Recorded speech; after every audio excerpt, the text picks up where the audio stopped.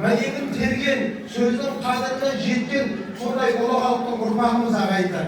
Сондықтан мына елдің үлкені сөйлеп жатырған уақытта кішкене барлығымыз соған бір сөзге құлақ салып, соның мәні мен мағынасына назар салып отырсақ, нұр үстіне нұр болады ағайындар.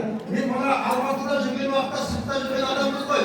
Ел халықтың тәрбиесін, ауылдың тәрбиесін, үлкен ауылдың, үлкен ақсақалдарының тәлімін тәрбиесін бойымызға сіңіріп өскесін әрдайым жүрген жерімізде айтып отырамыз. Біздің елдің азаматтары, біздің елдің адамдары мына дәстүрге өте бекем, дәстүрді қатты сақтайтын халықтың әлі сол санатындамыз деп айтып жүремін. Байқасақ қадірлі ағайындар, айып етпеңіздер.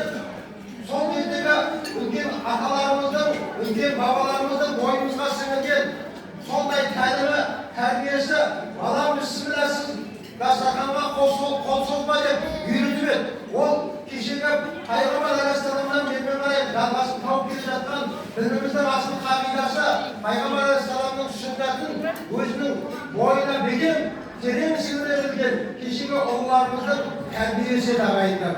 Сондықтан бағана байқап отырмын, келген уақытта бісмілләсіз бірталай адам үлкен адамның алдынан бұрын қол созып қойған